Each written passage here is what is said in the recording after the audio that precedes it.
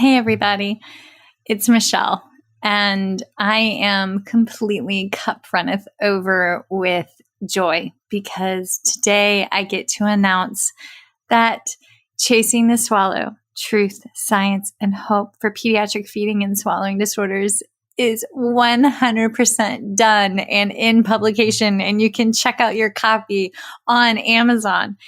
And the best part, if that book moves you, if it grows your evidence-based triangle to engage in interprofessional practice, to do the root cause analysis to why the child is presenting with the PFD, to then engage with the team to get that child to a point of healing so that the real growth can begin, then y'all check out speechtherapypd.com because they are gracious enough to entertain all of these amazing, joyful ideas. And they're currently carrying the book for 13.5 ASHA CEUs. So thank you for being a part of the First Bite journey that led to Chasing the Swallow. And be sure to check out speechtherapypd.com for the 13.5 ASHA CEUs that accompany it. Happy learning.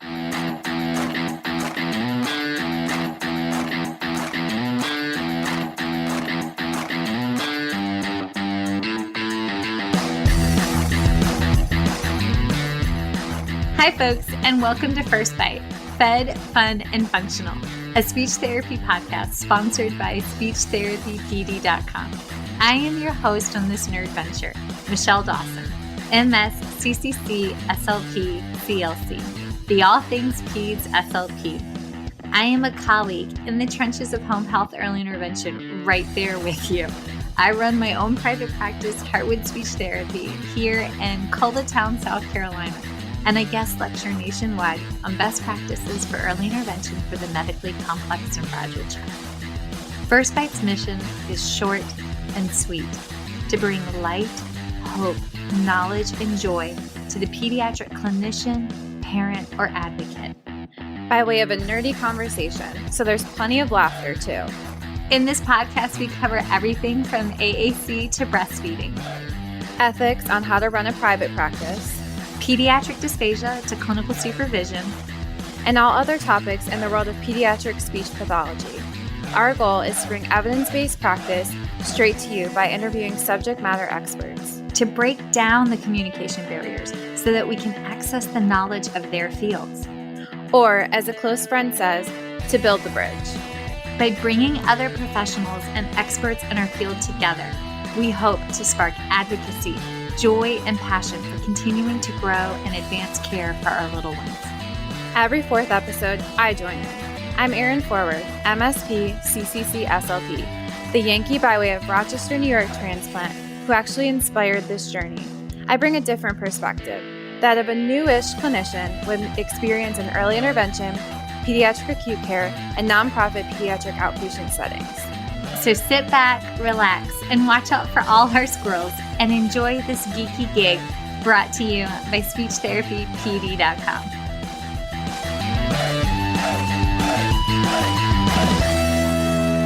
Hey, everybody, and welcome back to First Bite. I say that at the beginning of every episode, but I'm just grateful that you're here. Today, we have an incredibly special guest. And actually, the lovely woman that we're interviewing today was Erin's idea. She listens to her podcast and has followed her. And this has been an absolute passion goal of Erin. And every time she talks about it, she geeks out, and that makes me excited. So we geek out. So we're going to geek out together. So here we are. We have the one and only Meg Proctor, MS, OTRL, who is an occupational therapist and founder of Learn, Play, Thrive, LLC. She's also the host of Two Sides of the Spectrum. It's a twice-monthly podcast that is dedicated to exploring research, amplifying autistic voices, and changing the way we think about autism in life and in professional therapy practice. In truth, this is a learning curve for yours truly. Even writing the course description for today's episode was hard because I was trained to write children with autism and adult with autism. And trying to embrace identity first language feels, honestly, here's my disclaimer, it feels counterintuitive because that's not how I was taught. But yet here we are where we're hearing from the individuals as part of that community and we're shifting. So this is the shift. This is me growing. So while I'm tripping over the words in today's episode to get it right and to ask the right questions, extend grace, y'all, extend grace. But Meg, hi, thank you for coming on. Thank you for having me. I'm so excited to be here. I have like 400 questions, and I know Erin's going to be here in like 20 seconds, but can you just kind of give us the backstory? Because you're an OT, but how did you come to be in this place of your career with this passion? Yeah, absolutely. And I'll jump in on the language piece because I know hearing you say autistic and then I'll use identity first language and say autistic when I tell my story. So I can just explain that up front too for people who might have been taught to use person first language somewhere along the way, often in our training programs or at our jobs. And I was taught the same thing. But when I really started listening to the autistic community, what we're hearing is that autism is part of autistic people's identity. It's not something they can be separated from. It's not something they want to be separated from. And of course, there's individual preference. There are autistic people who probably would prefer to be called a person with autism, and we would respect that. But the overwhelming preference for the default from the autistic community is identity affirming language. And there's even been some interesting research showing that we use person first language, person with autism, for things that we find the most stigmatizing, and that it actually increases stigma because we could say a neurotypical child because it's okay to be neurotypical. But then we say a child with autism because we have to distance that child from being autistic because we're saying it's not okay to be autistic. And it's not a disease. It's a neurotype. So that's sort of the why behind identity first language. Okay. All right. I struggled with ADD, ADHD. So there's my viewpoint of having that put on me. You're neurodivergent, Michelle. I am neurodivergent. My family just called me a hot mess, but yes, I'm neurodivergent, which is so odd to think of and view myself in that light. But yes, but this is not about me. So let me quit analyzing me. Meg, but you're an OT. So how did you go from, unfortunately, I know most folks think of OT, they think of fine motor skill set, like stacking blocks. And I learned very early in my career, if you tell an OT that they're confined to handwriting with tears and stacking blocks, you're going to get laser shot to the eyes and then imaginarily exploded. Yeah, I mean, at its heart, occupational therapy should be helping people participate in the most meaningful activities in their life. That's what we call their occupations, in a way that's authentic. So I'll tell you my story, and I'll just start by saying it's so deeply aligned with what occupational therapy should be at its core of caring about authentic and meaningful participation in daily life. And for neurodivergent people, especially for autistic people, we are often missing the mark by so much because we're not trained well, and we're often not listening in the right ways and in the right places and to the right people. So when I finished OT school, I started in early intervention and in a clinic. And it was hard. I mean, we all know how hard it is to be a new therapist, especially in a field that's so broad. And I wanted so badly to be good at what I was doing, to feel like I was helping families.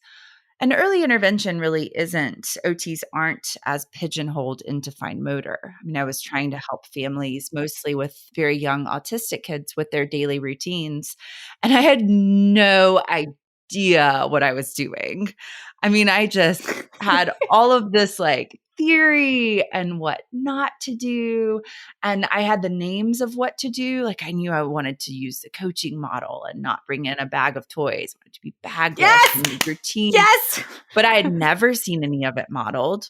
And I didn't know about neurodiversity affirming therapy, but I knew that the behavioral therapies I had seen on my fieldwork felt wrong in my core. And so what I said was that I didn't really think working with autistic kids was my strength. But what I meant was I feel really uncomfortable being unkind and coercive because it doesn't align with my values as a person. And I didn't have the language around it yet. So I just sort of struggled through. I wound up working at the schools, which felt a little easier. And I was able to find some projects that felt really good. I was mostly working with autistic kids in the schools too. It just kind of happened that the schools I was working at had autism classrooms. And I did some fun things, like I did a after school leisure group based around kids who were really interested in building Legos and some things like that, but I was still kind of uninspired with the work I was doing and always looking for what would make it feel more meaningful and like it had more depth and relevance. And I just imagine that I imagine that SLPs go through the same process of like, what am I doing and does it matter? Yeah. Yes. Erin, you've seen me evolve and I've seen you evolve. And I know we have a ways to go, but I felt like an outlier because most people in our community do the bag of tricks therapy. And I focused so long for so many years on coaching and guiding before I really knew that coaching was the term, right? Wait, Erin, what are your takes on this? Well, Because you've seen this and yeah. I think that, I mean, our listeners know that Michelle was my supervisor, and I have learned a lot about neurodiversity affirming practice from listening to your podcast, Meg. So I'm really excited to have you talk with us today. And through your podcast, I have found many other resources to kind of dive more into that. And I'm at a place where I'm kind of the person that's trying to bring this to the clinic that I work at right now. A lot of the things we'll talk about today will involve that, but I am well aware that the shift is a little bit easier for me because similar to what you were saying, these things already made sense. And I was already doing very child-led therapy and I was already asking these types of questions. And so then when I was finding these resources and I was listening to the people that you interview, I was like, oh, I have some guidance. I have support. This makes more sense to me. This feels better. This feels more natural. I understand that the way I was taught in grad school was very much like you said at the table, we take data. There's very strict Flashcards, dear evidence-based God, practice. And that flashcards. never made sense to me, but that is the majority of what we're taught in school. It makes it difficult even, I think, for a lot of people to then shift that mindset. It really does. It really does. And it's hard to move past something that doesn't feel right if you don't know what to do instead, because you have to show up and do something in your session. It's a really uncomfortable place to be when you start learning, oh, these are the things I shouldn't be doing, and you don't yet know what to do. Right. My own journey took me to a position at UNC Chapel Hill. I was a clinical faculty member for their TEACH autism program, TEACCH. But really, I worked in their clinic in Asheville, North Carolina, and did trainings for them. So TEACH was one of the first programs in the 70s to say autism is neurodevelopmental, it's a culture, autistic people have strengths, it's not caused by refrigerator moms, which was, the predominant theory at the time. And I wouldn't actually call TEACH a neurodiversity affirming organization, but I would say that compared to a lot of the others, they have some of the basic components there. They do listen to autistic people and they do reflect on learning styles and strengths. Could you explain really quickly, I'm sorry, Yeah. for our audience who might not know exactly how you would define neurodiversity affirming practice? Oh, yeah, absolutely. So, and I know we'll talk about this more as we go, but the elevator speech definition I'll give you right now is, so neurodiversity is just means people who have different neurotypes, autistic being one neurotype, right? And it's a paradigm where we accept that as a valid way of existing in the world and where we're not trying to change autistic people to be less autistic. I know we'll get much more into that content in depth as we keep talking, but generally neurodiversity is saying that like it's okay that you think differently and experience the world differently, and it's not my job to change that. I mean, I have OCD, and it was interesting to think, like Michelle was saying with ADHD, to think of that as neurodivergent. And I always say there's things about my OCD that are such a strength. And yes, in certain other areas, it makes things a little bit more difficult. But as I shifted learning about myself and the strengths that I have, it also, I felt like, helped me shift in the way that I was looking at my patients. And I said to a couple of people that I work with, I was like, I have learned so much from taking a step back and working with my patients and trying to learn from them in the way that they view the world, because it is so beautiful in those differences. And I've found so much more joy and so much more. I've just learned so much even about the world by trying to shift and try to view it to connect better with the patients that I'm working with. Yeah, it's a great shift and it feels right. I mean, I think this one lands because once you start doing it, it's like, oh, obviously this is what we should have been doing all along. Yeah. Yes. And I wouldn't say I quite got it yet when I was at Teach, but I was excited to be learning. I learned so much there, and I didn't have any sort of crazy caseload. I could be really thoughtful about my sessions. I just did a lot of teaching and training of other people, of students, a lot of giving trainings for Teach. But eventually I left there when I had my first child in 2017, and I started doing a good bit of mentoring of other therapists. And I found that I was teaching the same things over and over again. So that's how I wound up creating an online course, because I was like, a lot of these things that I learned at Teach, therapists out there on the ground would feel so much more confident and competent if they had access to real, relevant trainings on autism. But then very quickly, I started listening to the autistic community and I got the opportunity to change what I was teaching and to center autistic voices and the autistic perspective and to really build what has now become a neurodiversity-affirming continuing education company where I don't just sell my own courses, I sell courses from 2 SLPs as well, one of whom is autistic, and have the podcast and all of this free content, but that's really centered around our values of listening to the autistic community and being affirming.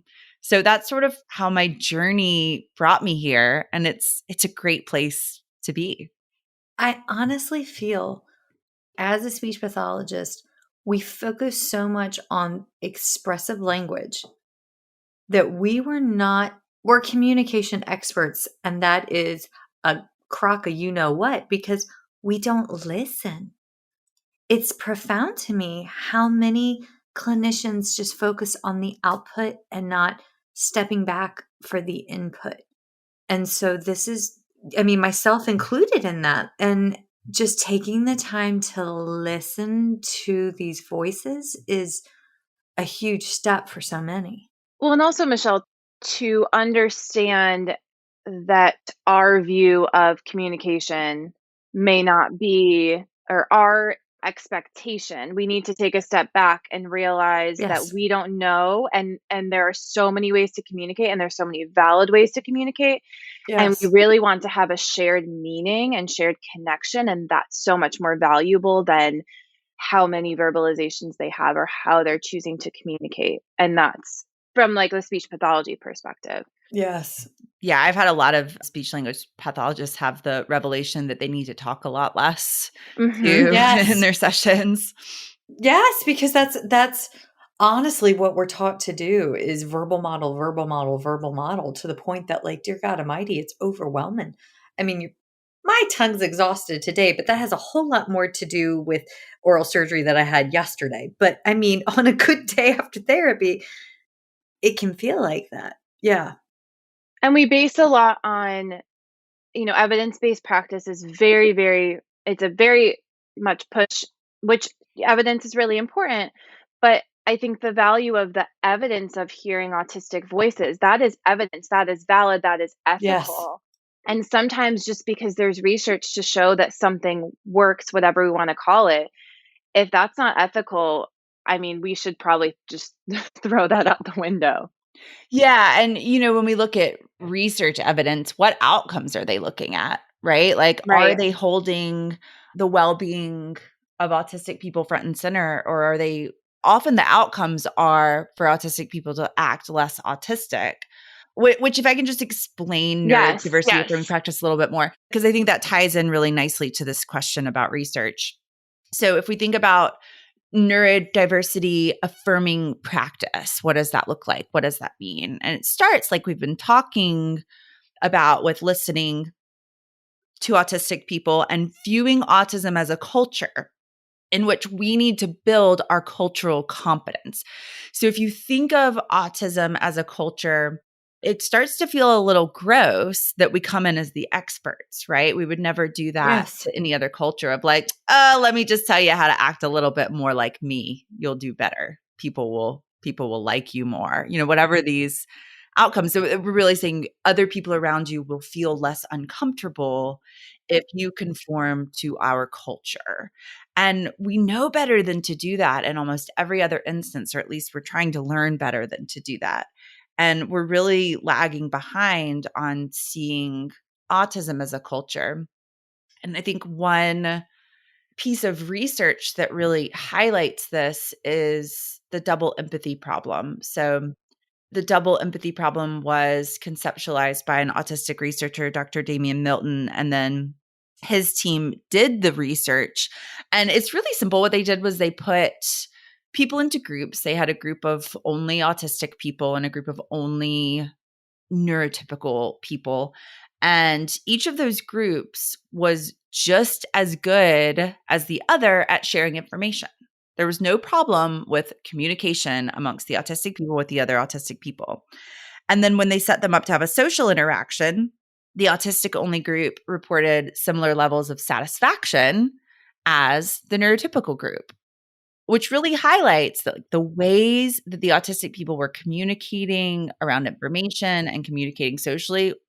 They were working. They were working for the other autistic people they were communicating with. Same for the neurotypicals. When they mixed the groups, everybody's ability to share information went down and everybody's satisfaction with the social experience went down.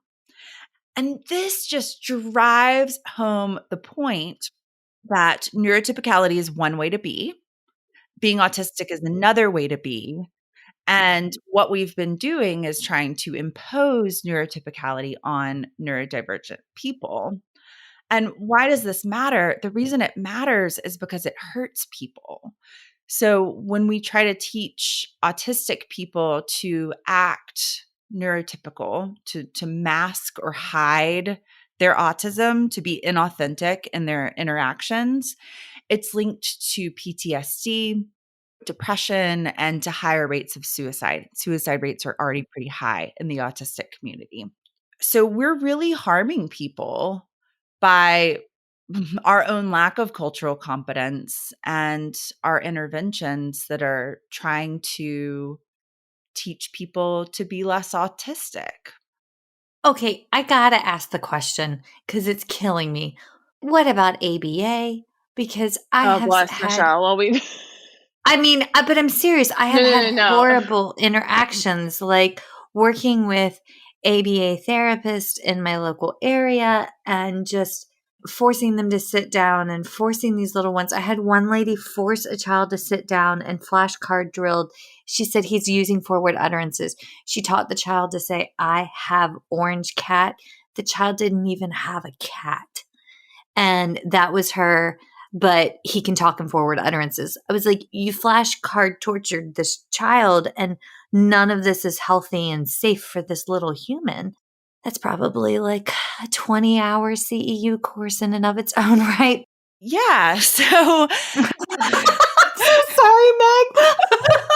No, I'm happy to talk about behaviorism and ABA.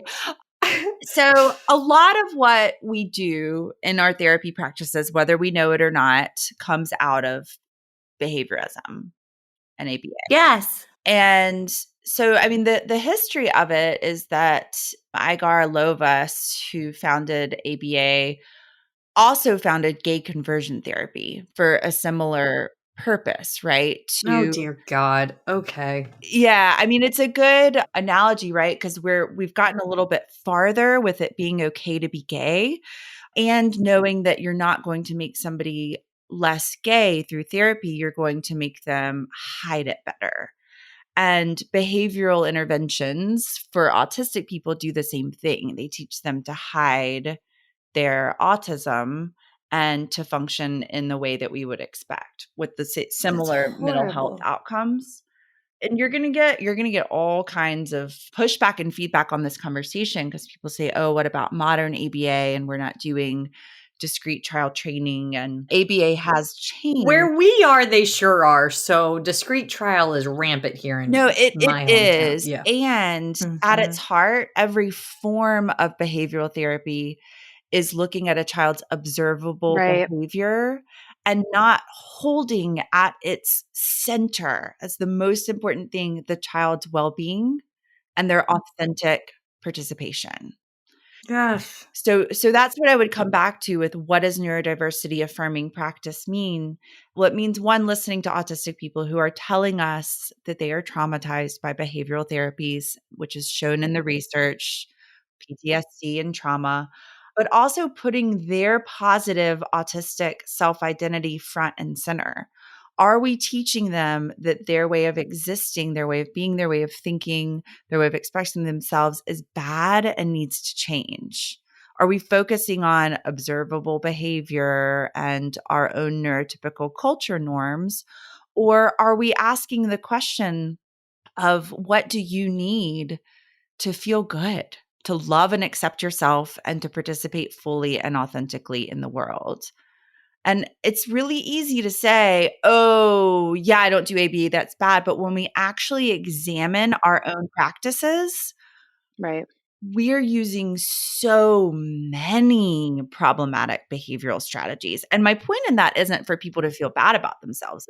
It's for us to say, "Oh, let me look at this and reflect on it honestly and see if there's a way that I can grow and try something different." I'm still doing this all the time. I interview autistic people every week. This is my whole business. And I still show up and say, "Hey, my whole Instagram audience, my whole email list, here's the thing I've been doing wrong. And here's how I'm going to change it." So I think that's our next steps is to figure out how to be honest and reflective and figure out what we can do better. I mean, Michelle and I always say, when you know better, you do better.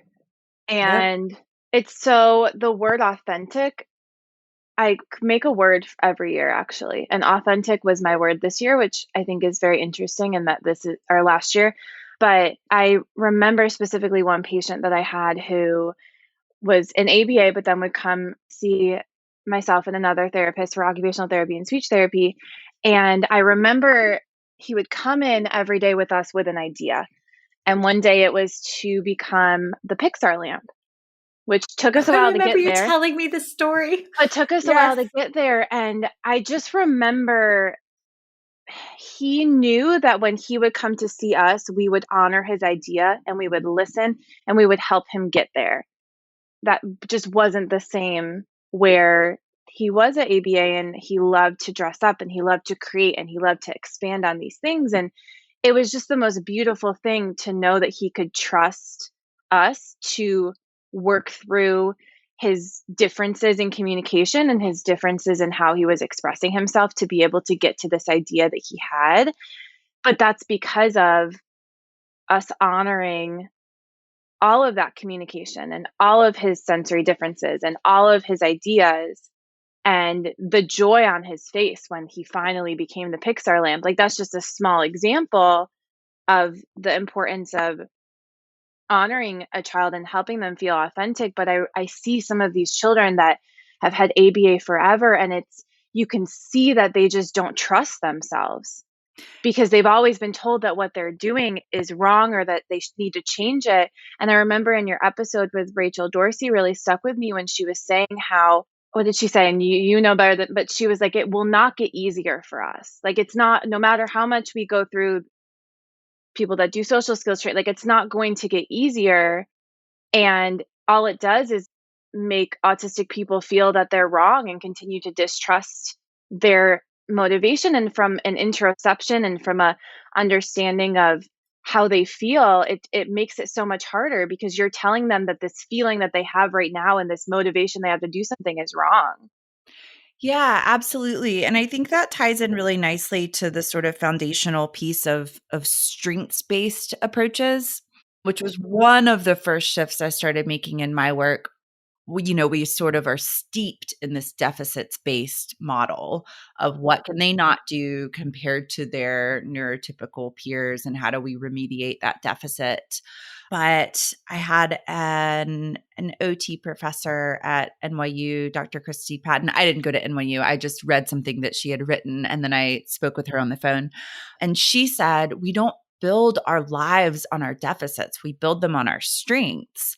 And so this idea of taking the things that autistic kids, and I would say kids with ADHD, are really interested in learning about deeply, we take them away, or we dangle them like carrots at the end of a stick and say, first you do this thing I want, then you can have this thing you love.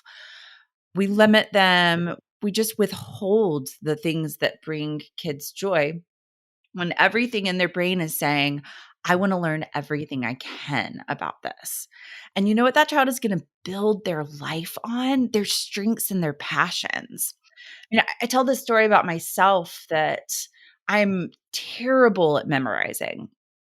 And I'm also pretty bad at directions and recognizing people's faces and learning people's names. If you had drilled me on any of these things, I wouldn't have gotten better. I just wouldn't have. I would still be bad at all of those things. It would have been torture if you made me do any of those things for 20 hours a week, 40 hours a week as a child. And I would have learned to kind of feel like I'm bad at things. And it would have taken time away from me doing the things that I actually cared about and that I was actually good at and that I have truly built my life on. I just got around all those other things, right? Like I accommodate for them. I don't focus on remediating them. And that's what we do to our autistic kids. And it's just not the right approach because that's not what they're going to build their life on. And it's sending them the wrong message about themselves. So what do we do? How do we do better? I'm sorry. I'm like on the edge of my seat over here. Just this hits really home because of Uncle Matthew. I mean, I know we spoke ever so briefly right beforehand, but I have a special needs brother-in-law and he'll come live with us in the future. Don't know when the future is, but I mean, like my in-laws are getting older and, this is Uncle Matty comes to us, right? But he has ASD along with CP and a cortical vision impairment, microcephaly, and intellectual disability. So he and my children are all kind of developmentally around the same age. But for him in particular, COVID hit hard. And he's not been able to go out and be with his people, be with his friends at his day program. And he's an older adult who has autism as opposed to an autistic adult who just happens to be older. I'm, again, language learning here. But how do we affirm him and his choices? Because this is just hitting in my soul on so many levels, Meg. Yeah. So, I mean, there's definitely shifts that we can make in our practices. And one of them is to really start by asking ourselves why we're doing what we're doing and why it matters. So if you're writing a goal saying, so what, right? This person does this differently or they don't do this. So first of all, so what? Does this matter? And second of all, why? Does this matter because it is making it hard for this child to be their full authentic selves and participate in their daily life? Or is it making me uncomfortable or making people around them uncomfortable? Or am I just working on it because it's what I know how to work on as a therapist, which is honestly what a lot of us do, right? We work on the stuff we're good at rather than building our skills to really support our clients. So starting with that, an example of that is people who ask me, like, what do I do about stimming, right? Somebody who moves their body in a way that's unexpected, and that's how they release their emotions. It's like, well, you might need to teach the people around them to do better perspective taking. I mean, we all they can stim. feel comfortable with that. And there's times that that simple answer isn't quite so simple, but we don't always want to go to, oh, let me do an intervention to fix that. So for speech, I just interviewed on my podcast Alex Zakos. Oh, it was so good. I just listened to the episode. I know. That's how I felt after the interview. I was like, this is so good. And I have a course by Kate McLaughlin on AAC. And both of these areas are just such big areas for speech. So Alex talks about kids who communicate with scripts. She runs the Instagram page Meaningful Speech. This is just one example of an area that speech language pathologists are really misunderstanding how communicative scripting is and imposing their own idea of what communication looks like on our clients and getting it wrong, getting it so wrong. The same for how we're teaching AAC, like for kids who need communication devices, we often miss it. We often approach it wrong, approach it poorly, or impose these behavioral models on how we're teaching them to use AAC so that we're not actually teaching them autonomous communication, saying what they want to say when they want to say it. And this is Kate McLaughlin's sort of line on that. She teaches our AAC course, but also not giving them the opportunity to learn to use robust systems, or we're kind of teaching them to communicate in the way we want them to, using the things that we want them to use and in the ways that we find important. I think the thread that I trace through this is us as therapists not really doing our work to understand our clients' learning styles and needs so that we can tailor our interventions to be strengths-based and to be centered around autonomous, authentic communication and engagement. Instead, we're just kind of like, oh, I'll teach you words, right? I say we, but I think a way that SLPs are falling back on habits and not really learning about their clients. And OTs, we have our own set of these, but teaching labeling nouns, redirecting from scripts. God, I hate that. And not when the episode from this week, when it hit hard for me when she was saying how much emotion and intonation and affect, the importance of that in scripts, because I think there's this, in the past, there has been this idea that these scripts didn't carry as much emotion, that they were just repeating things. I mean, I had the same patient from the Pixar lamp that would say when he would get bored or we weren't doing what he wanted, he'd be like 5 miles an hour. And then when we would get going, he'd be like 24 miles an hour from the movie Cars. But it had so much emotion behind it. And as speech therapists, we're taught to emphasize words. So blue car or go ball. And it's like, and I'll say to some people, I'll say, that child is not listening to anything that you're saying because that has no emotion. You're not giving them the full, especially knowing that how many % of our autistic children learn from a Gestalt understanding of language. It's like, that child's not, I wouldn't be listening. That child's not listening because you're not being authentic with them and bringing joy to it. Yeah, absolutely. There's just so many things like this. So I guess if I could sort of name some of the big categories that we need to change, like one is starting with the why or the so what, but two, which ties into what we're talking about now, is recognizing that perspective taking goes both ways, that we do not understand by default how neurodivergent people learn and understand the world and learn language and communication, and that language is not always communication.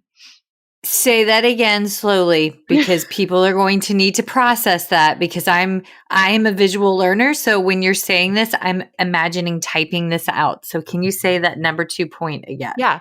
That we as neurotypical people Yes. don't have an intuitive understanding of how neurodivergent people think and learn, experience the world, communicate, and connect. Perfect. And if we think we do, we're wrong and we haven't done our work and we're missing the mark. That just goes back to the double empathy problem, right? That we've said for so long that autistic people are bad at perspective taking and social skills, when really it's that autistic people have trouble using the social skills that are expected by neurotypicals and taking the perspective of neurotypicals. Neurotypicals, or non-autistic people more specifically, have trouble taking the perspective of autistic people and using social skills that are comfortable and expected by autistic people. Yes, and I have to add a layer to that. Also, the societal norms that are placed for those social skills come from a upper white middle class society perspective of this is what's expected, and even within that parameter don't take in other cultures and what's appropriated, standard English versus everything else. So there's so many layers to that. Okay, sorry. No, absolutely. That's such a good point. It is very intersectional in every way. Yeah. And I feel like there's at least more dialogue around cultural competency outside of neurodivergence, but then we get, it all comes together. You'll have a Black transgendered autistic client, and we have to be ready to listen and reflect and to question our own biases and our inability to understand the experience and needs of that client without doing a lot of work. So, what perspective taking going both ways can mean for our clinical practice isn't just that we need to listen to autistic people and learn about autism learning styles, learn about autistic strengths. It also means that we need to not ask autistic people to do all the work. What we hear is that it's exhausting. So when something's not working, can we change what we're teaching? Can we change the way we're teaching it? Can we change the environment? Can we change the expectations of the neurotypical teacher or peers or parents, rather than just asking the autistic person to constantly accommodate everyone around them and try to learn in a way that we expect them to learn? And then I guess the third big area, there's so many, but a third big area would be around really moving away from teaching autistic kids neurotypical social skills. Eye contact. Sorry. Oh, yeah. That actually came up at work this week, and we were talking about a patient, and the individual was like, well, no, I need them to make eye contact. And I'm like, no, you don't. That's such an intimate act. No. And came from 14 different ways, but yep. Nope. Sorry. Continue. Well, and that's centering the therapist's expectations, not the child's needs. Like, Yes. I think the way that they said that is perfect. I need for them to make eye contact. Yes. And I was like, nope. Yeah. And that's just an instance where it doesn't take much listening to hear autistic people saying, I learn better when I'm not looking at your face. I find it overwhelming or distracting to look at somebody's face while I'm also trying to listen and process. I quoted Temple Grandin. That was my go-to response. So yeah. Yeah. And it's not just eye contact. I give an example a lot of a way that Rachel Dorsey, who we've mentioned before, she's an autistic SLP and she's one of the Learn, Play, Thrive course creators on goal writing. She audited my course for me, and there was one case study in there of like a 12-year-old girl who was really social, just really wanted to have friends, but she was running into trouble because she just wanted to play dolls, and her friends wanted her to be able to find out what they wanted to do and find a shared activity that they could do together. And she was distressed. I mean, this is based on a real case study with the details changed, but this little girl was distressed because she really wanted to be successful and she could tell that she wasn't. So I sort of justified teaching a quote unquote social skill because I was like, well, it's to help her meet her own goal. We did like a little Venn diagram, right? Where she would name some of the things that she likes, interview her friends. Do you like this? Do you like that? Do you like that? And find the areas where it overlapped. And I felt like it was a great success, right? She did it with her mom. She did it with me. She took her little chart. She used it on her play date that weekend. She came back so excited that it had worked. And when I talked to Rachel about it, she was kind of like, yeah, but it's not going to keep working. And it's so much more complicated than that. And what happens when those peers eventually reject her, because you can't just teach social skill after social skill after social skill to bridge this difference between the way she interacts and the way her peers interact. And what happens when she starts to feel bad about herself and feel like she just needs to mask more, which is what happens to a lot of autistic girls and women when people pleasing meets masking, right? It's just this crisis of identity where you learn, I can just learn more and more about how to act neurotypical and be less and less myself. And I said, Rachel, what do we do instead? And we came up with this plan that really centered her feeling accepted and authentic. So in this instance, it was making sure that she had autistic only spaces so that she was connected to other autistic people who could and would continue to accept her for who she was and not ask her to be less autistic. That she had interest-based groups where she could engage with others based on the things that she loved and build connections that way. And that she was learning about herself and learning to accept herself to sort of head off all of the rejection that was probably going to be coming her way. And this was such a more important plan. It had so much more depth and was so much less centered on me being like, wrote a goal, met the goal, pat myself on the back, and more centered on what is actually going to help this child love and accept herself and participate in her life. I'm just wondering, how do y'all talk to the caregivers about this? Because I have caregivers that come to me that, for lack of a better phrase, want me to fix a problem that they feel is occurring. And those are hard conversations to have. So how do you explain and empower the autistic child while setting realistic goals for the caregivers? Yeah, that's a great question. And it's a hard question. And it's actually a question I ask people on my podcast all the time just to get different perspectives on it. Yes. So I'm just going to funnel their brilliant answers back to you. Okay. Because I had a parent tell me that, and the question was exactly what you're asking, right? So how do we work with parents who have internalized the medical model? Is basically what you're saying, that they have learned. I don't think it's intuitive for parents to look at a child and say, what's wrong? Where are they failing? Where do they need remediation? How can we fix them? This comes from a conversation I had this week where the mom came to me and said, well, they gave him a new medicine for his autism. And I was like, oh, that's not a thing. Right. And it was like really tricky, slippery slope. And yes, so please know that was what was going through my head. Yeah. I mean, but parents really have been taught and are stressed and anxious because they want to do right by their child. They have been taught a medical deficits-based model, and then they bring that to us and we kind of go, ooh, but I just learned this strengths-based affirming model. What do I do here? Yes. And I had a parent, her name is Jen Schonger. She works at the New Jersey Center for Autism Excellence. I think that's the right name. Autism Center for Excellence.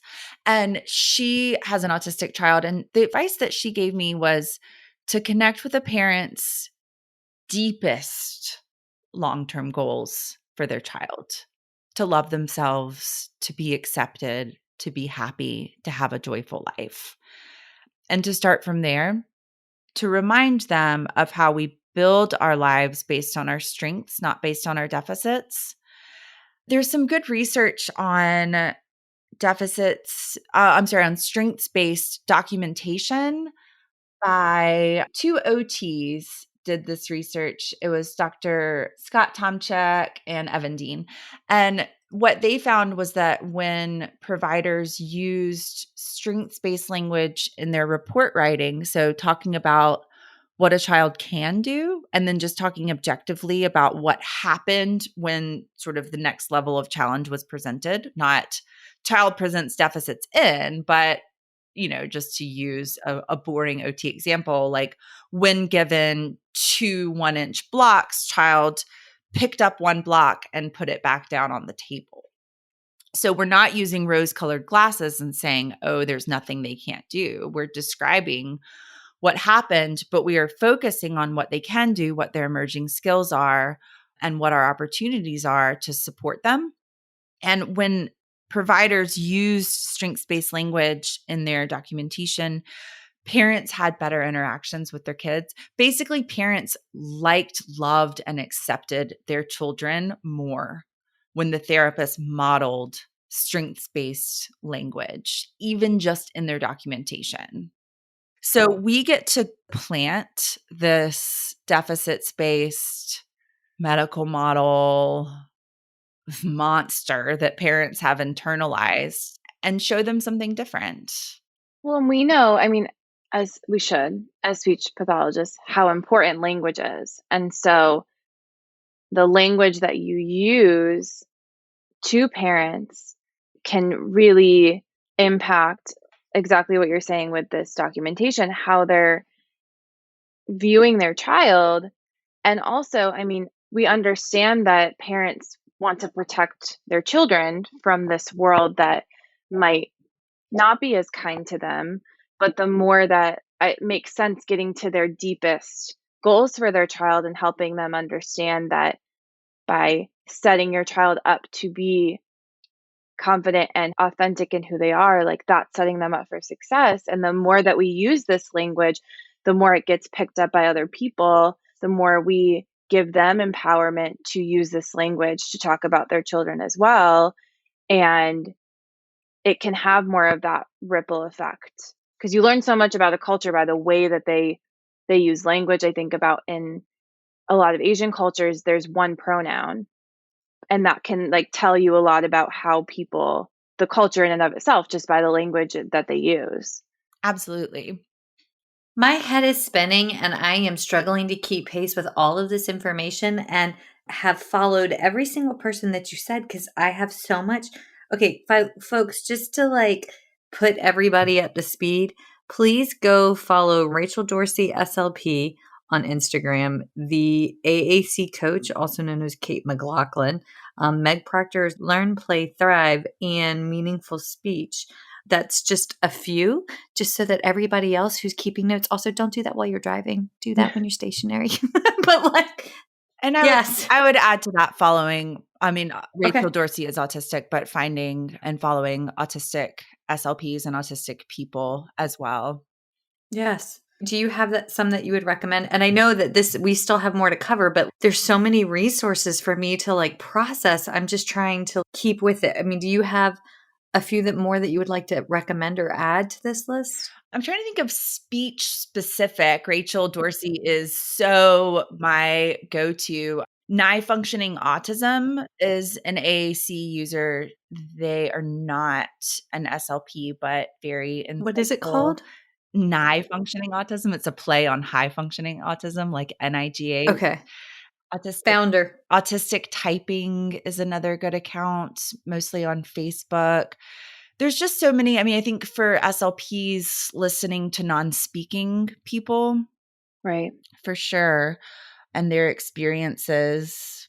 I think the first non-speaking person that I interviewed was Ido Kadar, who has written a couple of books and describes, in painful detail, his experience as a very bright person whose body just sort of didn't listen to his brain for speaking. And he was called low functioning, which did not reflect his experience of the world and spoken around and over his whole childhood. But he describes what it was like to be in speech therapy and to be an OT and to be in behavioral therapies.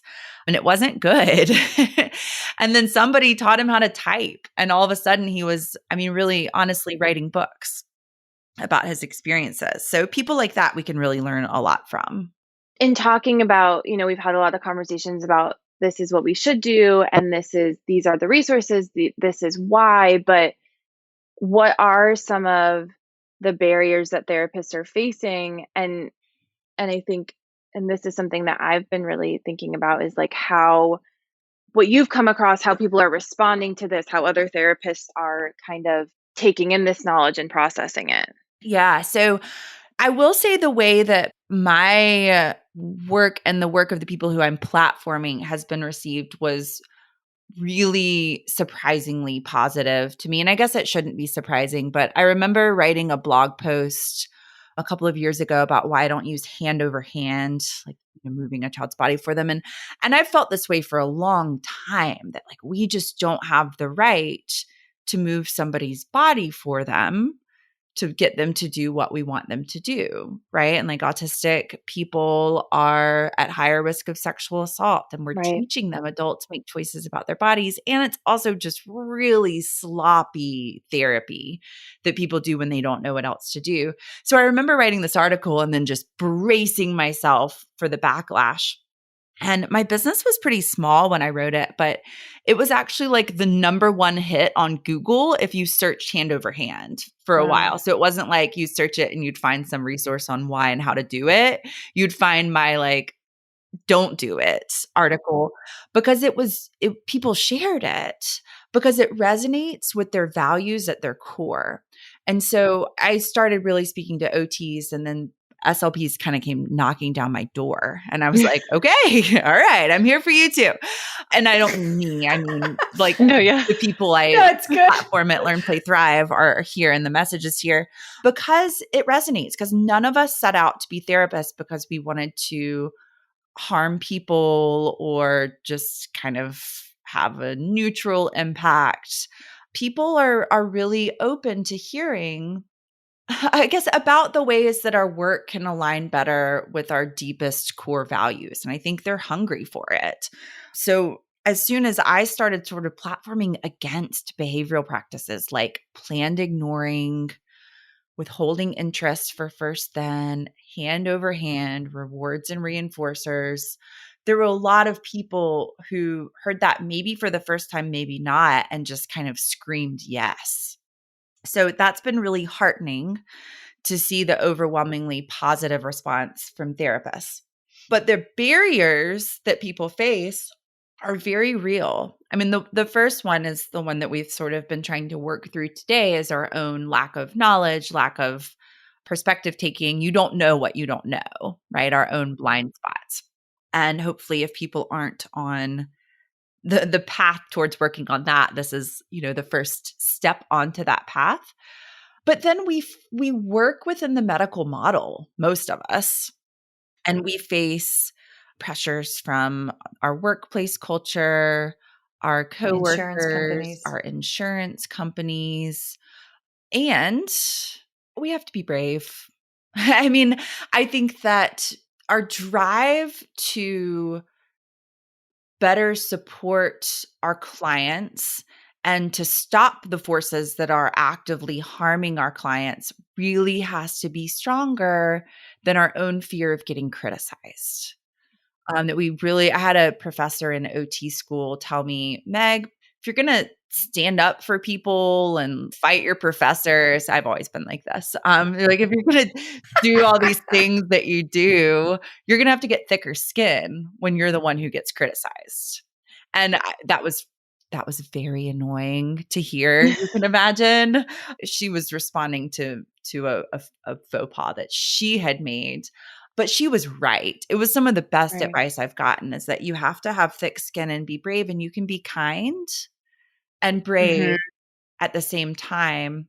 and do the work to say, you know what, like wherever you fall on that, right? Like I'm somebody who wants to speak to as many people as I can and change larger systems. A lot of people are people on the ground who say, maybe I can try to do my work differently. Maybe I'll try to do my work in a way that aligns with my values. And then there's a lot of people who say, I'm going to try to do my work differently and I'm going to try to change the culture of my school or my clinic or my district or whatever it is too. So whatever resonates with you, it takes courage and it takes building up a whole new skill set, but it's worth it. It's worth it. Yeah, you're talking to two people who tend You're to in be kindred the spirits. squeaky wheel. Yeah, I can tell. I can tell actually. You guys, you dive right in. I love it. Uh-huh. This was literally my Bible study this morning was be bold and don't be afraid which was like freaking perfect because anxiety was kicking my, you know what, they'll edit it out. But Right.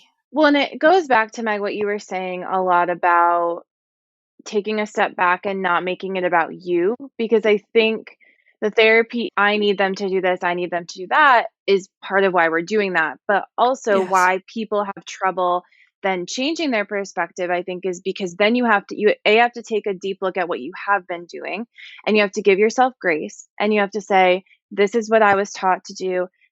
I'm not a bad person. I didn't mean to cause harm. I can do better now and I can learn from it. And you have to process through that. And then you also have to look at your own differences and how that might be impacting why you're having difficulty connecting with somebody else as well, because you have to learn. And our job is, I love what I do. I am very passionate about what I do, but we give a lot of ourselves to our patients, and it's beautiful, but it's a lot Exhausting of too. energy, it's a lot of emotions, it's a big cognitive load in and of itself. And so to do the type of therapy that we're talking about today is a lot of research, it's a lot of reflective practice. It's not for the faint of heart, but it's what we have to do. And I got to add in, and we're always struggling with the 20-year curve of research to practice. So if you're looking at a 20-year curve of a research to practice and a profession that is 97% upper middle class white female, where we're struggling to look at our biases and hold conversations with that level, and then add this layer in, Meg, you said it in the beginning, we have to amplify autistic voices. And that's absolutely key. Erin, there is so much to be done on that autism manual. Oh, my stars. I'm beginning to catch a glimmer of what you were talking about. Oh yeah, Meg, I've taken on the task of trying to rewrite our autism manual in South Carolina, which it's also in thinking about this, like, why do we have an autism manual? So there's a lot of things to it, but when I read it over, I was like, never mind. oh, Problematic. it's incredibly problematic. Oh, wow. Yeah. Oh, I have so many follow-up questions and we are so over our time. Meg, can you come back in the future, pretty please? Yeah, and I'd also encourage you to find, autistic OTs Right. and SLPs to share their experience too. There's a lot of them out there. This is why I was rapid fire writing everybody down and just hoping nobody could hear my nails clicking on my cell phone in the background. So, yes to the yes. Ah. Did we miss anything? Do you have anything you want to end with as we just word vomited at you? No, that's okay. Do you let people plug their... Oh, absolutely. Yes, wait, and I was going to ask your courses, the courses that you have on learnplaythrive.com, are they eligible for SLP CEUs as well as OT CEUs? Like, where are we in the CEU world? Yes. So our courses are registered for AOTA and ASHA CEUs. We have a 12 contact hour course on AAC called Authentic AAC. My course that I teach alongside of some content from an autistic OT and an autistic SLP is called the Learn, Play, Thrive approach to autism. And it's registered for 9.5 contact hours. And that's really the foundational course on strengths-based approaches, like creating meaningful visual supports and having a strengths-based framework for understanding and creating supports for our autistic clients that's really based on what the latest of what we know about autism learning styles and our clients' strengths. And then I have a course by Rachel Dorsey called Goal Writing for Autistic Students that is 10 and a half contact hours. And it's based in, she said it in the schools because it's the hardest setting to write strengths-based goals, but it's applicable for anybody who works with autistic kids in any setting. And we also have a lot of free resources on the website too. There's the podcast, there's free trainings. I share a lot of free resources on my social media. And I did make a coupon code for your listeners if they want to take any of those 3 longer trainings. You are fantastic. Yeah. Thank you. It's called First Bites 35, and it's $35 off any of those 3 longer trainings. Oh, thank you. That is such a happy thank you. Yeah, I'm excited to share it with your listeners. Hopefully this sparks some enthusiasm for neurodiversity-affirming practice. I was just thinking, ooh, I didn't register for that other class. I'm going to have to register for these classes, but I have to renew my CLC first and then. But like, this is fantastic. Thank you, Meg. Thank you so much. All right, folks, go check her out on 2 sides of the spectrum. Check out our website. Erin, honey, thank you for First Bite, and thank you for enlightening us about Meg and all of this world. I was like, I've been learning a lot, and once I start, I don't stop. So I have a lot. I mean, we all have constant learning to do. So I'm grateful that you were here to help us kickstart that. Thank you so much for having me. Awesome. All right, everybody that's listening, make sure you check out First Bite Podcast on Instagram, First Bite Podcast on Facebook. We love it when you hit us up for a 5-star review on Apple Podcasts. And don't forget, next month is Pediatric Feeding Disorders Month. And I'm pretty sure Erin and I have some delightful giveaways and exciting news coming. So stay tuned. All right, everybody. Thanks. Bye. Feeding Matters guides system-wide changes by uniting caregivers, professionals, and community partners under the Pediatric Feeding Disorder Alliance. So what is this alliance? The Alliance is an open access collaborative community focused on achieving strategic goals within 3 focus areas: education, advocacy, and research. So who is the Alliance? It's you. The Alliance is open to any person passionate about improving care for children with a pediatric feeding disorder. To date, 187 professionals, caregivers, and partners have joined the Alliance. You can join today by visiting the Feeding Matters website at www.feedingmatters.org. Click on PFD Alliance tab and sign up today. Change is possible when we work together. That's a wrap, folks. Once again, thank you for listening to First Bite, fed, fun, and functional. I'm your humble but yet sassy host, Michelle Dawson, the All Things Peds SLP. This podcast is part of a course offered for continuing education through speechtherapypd.com. Please check out the website if you'd like to learn more about CEU opportunities for this episode, as well as the ones that are archived. And as always, remember, feed your mind, feed your soul, be kind, and feed those babies.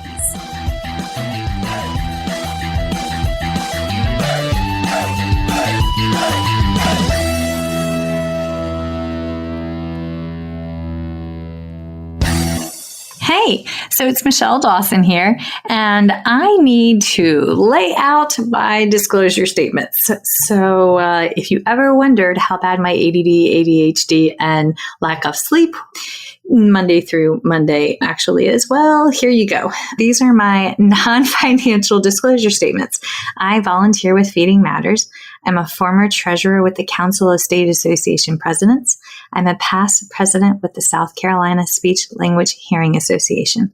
I am a current member of both ASHA and SCISHA.